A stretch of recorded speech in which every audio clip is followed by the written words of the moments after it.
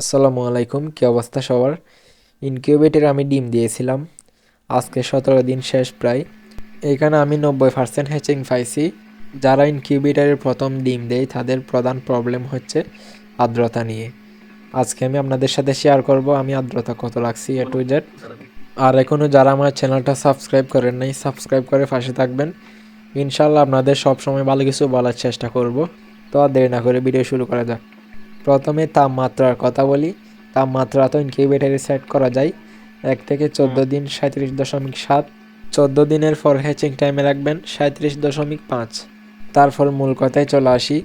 আর্দ্রতা রাখবেন 1 থেকে 14 দিন 45 থেকে 55। তারপর রাখবেন হ্যাচিং টাইমে আর্দ্রতা 65 থেকে 75 পর্যন্ত রাখবেন।